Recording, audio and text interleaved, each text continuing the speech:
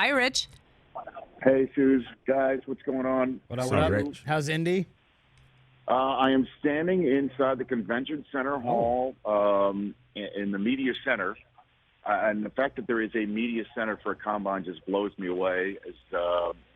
As you know, I've been coming here quite a while. Suze, it was 18 years ago that I first left our home for a combine to say goodbye for a week. This is 18 years now. And when I first came here, it was in the old RCA Dome, which has now been destroyed to make the parking lot for Lucas Oil. And, there may be a handful of members of the media, and they were all kept outside of the one entrance into the combine, and they would just try to pick people off, to interview them. And then they started having people at podiums, and they would be throughout the convention center. Now there's just one hall, and I'm looking, and there's 8 podiums, and prospects were supposed to be at them, but they pulled all the prospects this morning on the news of Jalen Carter.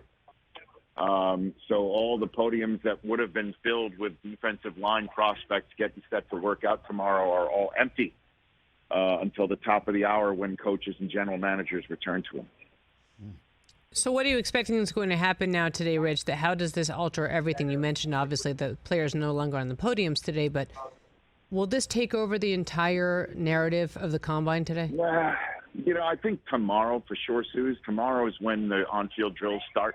It's when Daniel, Jeremiah, and I started talking for an insane amount of time together.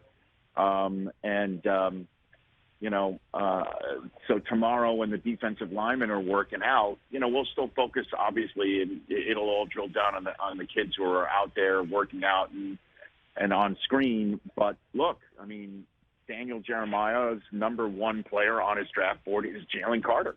There are a ton of other evaluators, not just on the media, but inside draft rooms and inside draft meetings, who have Jalen Carter number one on their draft board. And that young man is no longer number one on their draft board.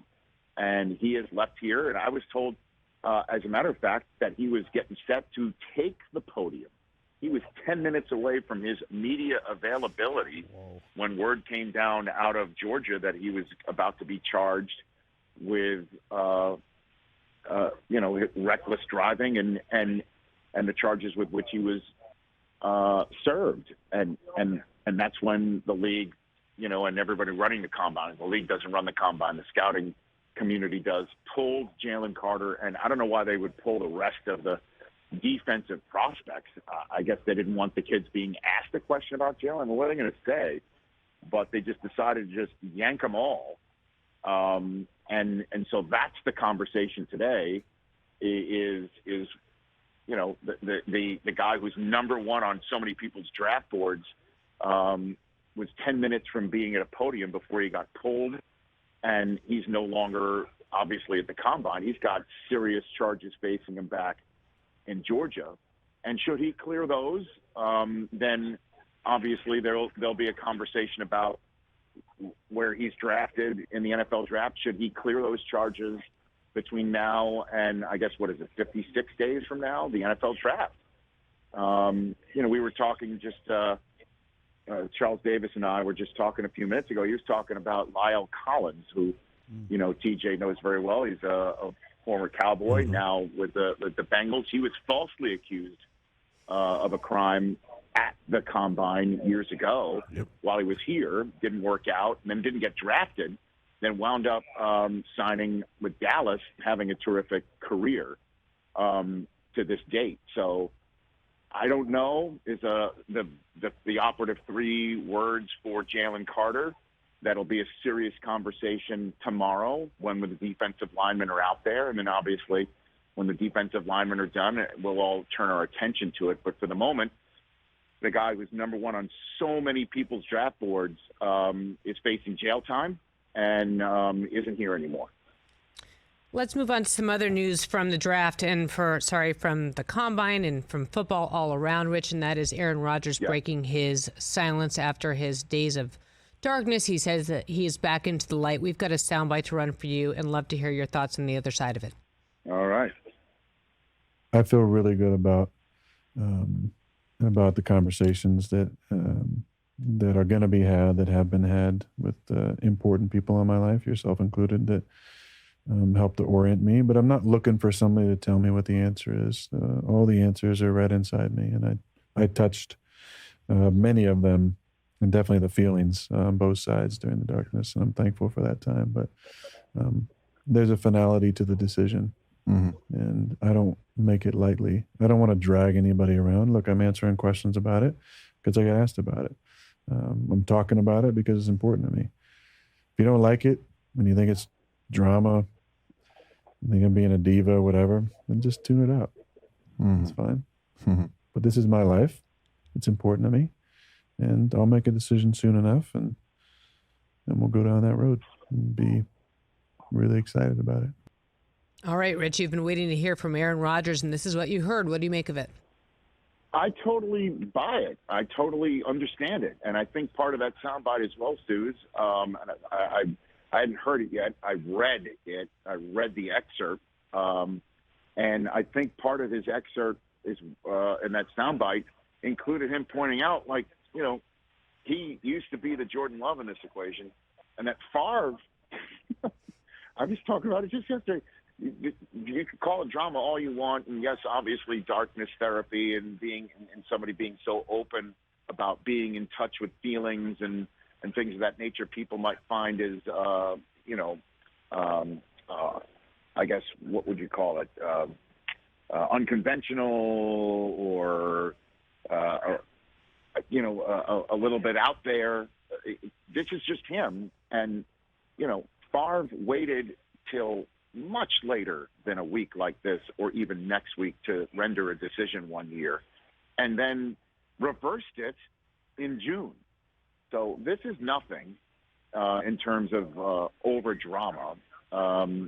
You may think it's eccentric, but I hear him, and I just don't know what his decision's going to be. And like we discussed, yesterday, just hearing the conversation of the Packers wondering if it's the right fit, I think he's wondering the same thing. He's wondering the same thing, and it's probably very difficult after 18 years to sit around and think maybe the spot where I'm so closely associated in my entire life has been, I'm not a fit there anymore, and I don't feel like I'm fit there anymore.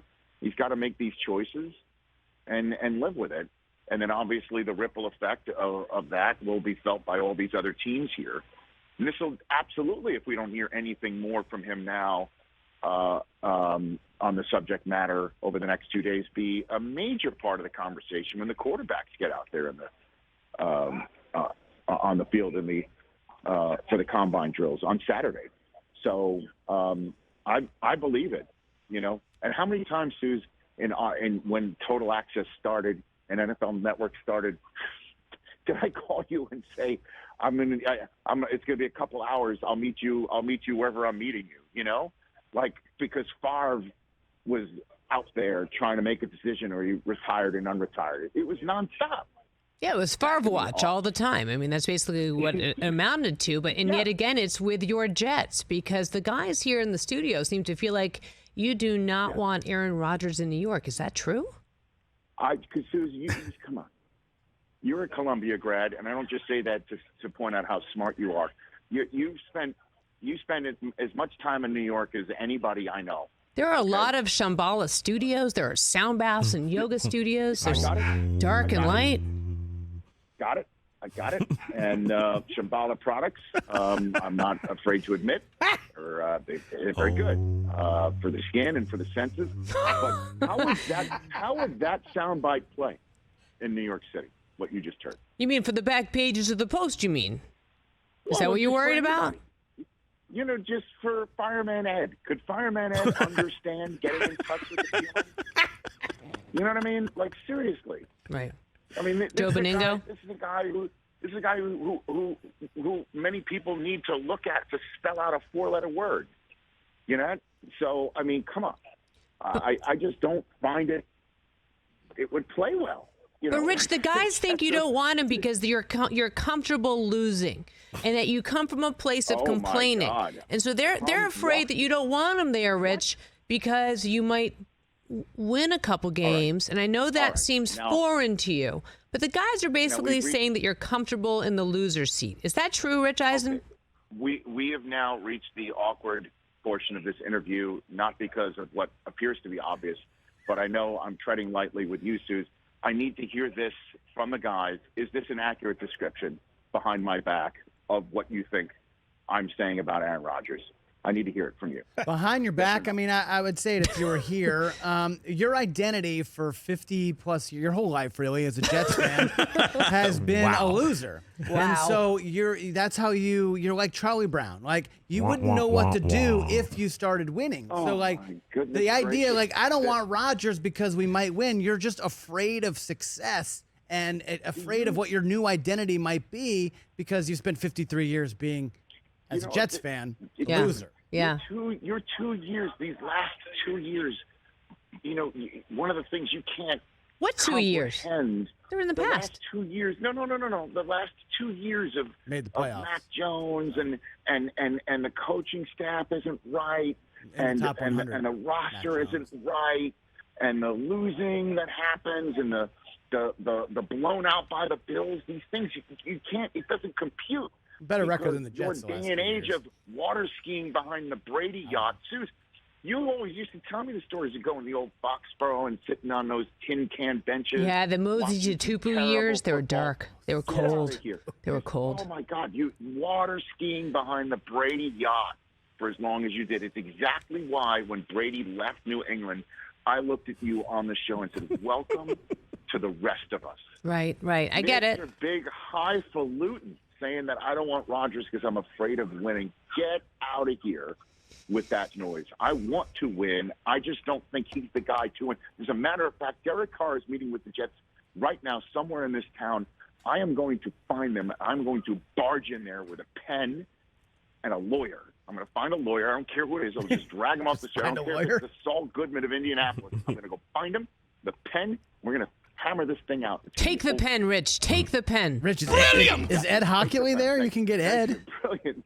Ed Hockley. No, that was our last road trip. Would you rather sign Derek Carr today or be offered a seat on the Rules Committee? What's more likely? What's more likely? He don't like Carr that much. No, he wants to be on the Rules Committee so bad. Competition committee. He wants that so badly. DJ, I'm in this room. I'm standing in front of Podium 2, where in 20 minutes Mike McCarthy is stepping. Okay. Wow. You should live stream that. What do we want to ask? What do we want to ask here? How are we going to improve our offense a little bit? Stop. Are we going to get stop? No. Stop. Okay. I need a question. How about why you got to do me like that? I don't have anything off the top of the dome, man. I literally have an avenue to ask a question for you to your head coach in 20 minutes. I tried to give you one, and you said no. You didn't like the question. I'm going to say, how are you going to improve your offense? Come on. Ask that to an NFL head coach. Come on. What do you got? That's like saying, what's your second half adjustment? That's a rough question. I think I need to hit this mimosa before this interview's over, and then I don't know what you're waiting for. I just think it's ridiculous. I don't have a good question. A lot of thirsty people in the studio. Hey, Rich, what about from the combine, everybody? What about all the quarterbacks? What are you hearing about the quarterbacks? Is Bryce Young too short? Who's the most durable? Like, what are you hearing from as you walk the hallways of Lucas Oil Stadium? Yeah, the Bryce Young's weight is the thing that's going to be talked about the most. I don't know when he actually steps on a scale. That's probably sometime today or tomorrow. We'll find that information out. But, there's always going to be a strength coach in the room that will raise his hand and say, I'll take care of that. So I'm not concerned about that at all. And I think, he's not concerned about it either. There's a reason why he's not throwing here. He's acting like he's the first overall pick in the draft. And that sends a message. And obviously, scouts will do their due diligence, which is the phrase that pays, and we will see him at some point in a pro day, and at some point the Bears will make a maneuver to get out of their spot and figure something out. That day is not today. That is for sure. Today is really, in all honesty, about hearing from these coaches and the scouts. I mean, coaches and general managers. It's their last day of being made available. And then tomorrow's the on-field drills, and it'll be about why Jalen Carter's not here and what does that mean for draft boards. It really will have a significant ripple effect in the top 10. That is for sure. Monster. 100%. Sorry, I'm interrupting you to do a read. Is that all right? Can I get this in really quick? No, go ahead. Sponsored by Monster.com. Monster.com can help you tackle the job search and make your next career move. It's time to get off the sidelines. Go to Monster.com and win the job hunt. Sorry, Rich, I had to get that in. It's important. I'm paying bills here. No, it's all good. I'm sure we're out of time. I know what the clock is, more than most. But I will be here next 2 days as well. So there's be lots to talk about. I mean, I'm being replaced the next 2 days, so I won't be here to ask you the questions, but that's okay. Wow. I'll be back in a couple weeks. I've already started booking the show. All right. Just saying. Okay, sounds great. I had to get my grievances. It was the airing of grievances, right? If we stick with the Seinfeld theme for this show. Who have you run into yet? Who's the most famous person you've seen in Indy so far? I mean, famous? What are you talking about? Famous? There's I'm just saying, Peter Schrager is posting pictures with Andy Reid. So, what do you got? He's out and about. I've been out and about. Chris, I got here at 1 a.m. I had a crappy cup of coffee in my hotel room. Oh. Wow. And then I came here. So I could give you nuggets. Wow, somebody worked really hard on that cup of coffee. Rich, have you gone to Steak and Shake yet? No. Oh. No, literally. I have not been. I've been here a little over 12 hours. That's it, folks. That's it. But I will give you full updates tomorrow on all of those things. Tonight's an out and about night. I mean, you are the selfie king. We want to see a parade of selfies of you and some like Peter King. Yeah. I want to see everyone who's out and about. Also, Overheard Combine still available on Twitter. If you just want to send me some nuggets, we can get those out. Right now, what hasn't been heard is a legitimate question for the Dallas Cowboys head coach that I now can get in 16 minutes. Well, okay, my question being, Dallas Cowboys. If he's taking over the offensive coordinator job, right? Yes. I just want to kind of know, what is our offense going to look like? How is he going to address the wide receiver? Which, getting back to my original question, the wide receiver position is pretty bad for us. We had CeeDee Lamb, and we were piecing like a jigsaw puzzle with no picture yesterday, just piecing stuff together. So how's he going to address the wide receivers? What's the offense going to look like under him? And what kind of offense are we going to be running this week? Be careful. This year, rather. Schuster, what did he just do that he's not supposed to do in asking in a question in an interview? You don't want to ask 3 questions in a row, and you don't want a yes or no, and yes or no? Got to drill down or just one. Yeah, you got to have one question. One question. Otherwise, they only answered the last one. Well, I think that was all one question. That was a run-on. That was rough. Look, I was put under the gun here. I wasn't expecting to ask Mike a question. That's the job. You got to react on the fly. Well, I gave you a quick answer. He didn't like it, and then I tried to move on. He said it was too many. Get your damn act together. I knew that was coming. But, Rich, at least he didn't do my all-time pet peeve, which is talk about. Talk about. I knew better than that. So lame. Talk about your plans. Talk about your plans. Coach, can you talk about how we're going to win the Super Bowl this year? Can you talk about asking a lazier question? Right. I mean, really. By the way, I've got my steps in here. I've been pacing the entire time. Oh, imagine that. But you probably already know. You guys are aware of that he paces when he's on the phone, right? Oh my God. It's like he's worn a hole in the carpet. We haven't even talked to you about any of the Eagles push rule stuff, but we'll do that in the next segment. We'll be fine. We're going to be okay without you, Rich. I've done this before. Right? Sounds good. Also, Amy Trask is here for the second hour. So, I mean, how lucky am I? So, that. yeah, That'll be CBS great. Sports football aficionado, Amy Trask in the chair next to me, and I'm excited about that. All right, have a great rest of the show. We're going to try. Easy, Rich. We're going to try. Take it easy. How about them Cowboys? Okay, yeah, I'm gonna get in front right now because of Podium 2, especially since I've got 5 questions and one to ask him. I'm giving you options, baby. Just pick one of the 5. That's all you got to do. Just pretend you're Dion and you don't care that there's anybody else there. Remember in the olden days when you would do the media night? Yeah. From Super Bowl media night. That's right. Yeah. He would just ask questions over and over. All right, take care. Bye, Bye-bye. Rich. Bye-bye, Rich. Thanks for calling in. Catch the Rich Eisen Show every single day on the Roku channel, 12 to 3 Eastern, for free.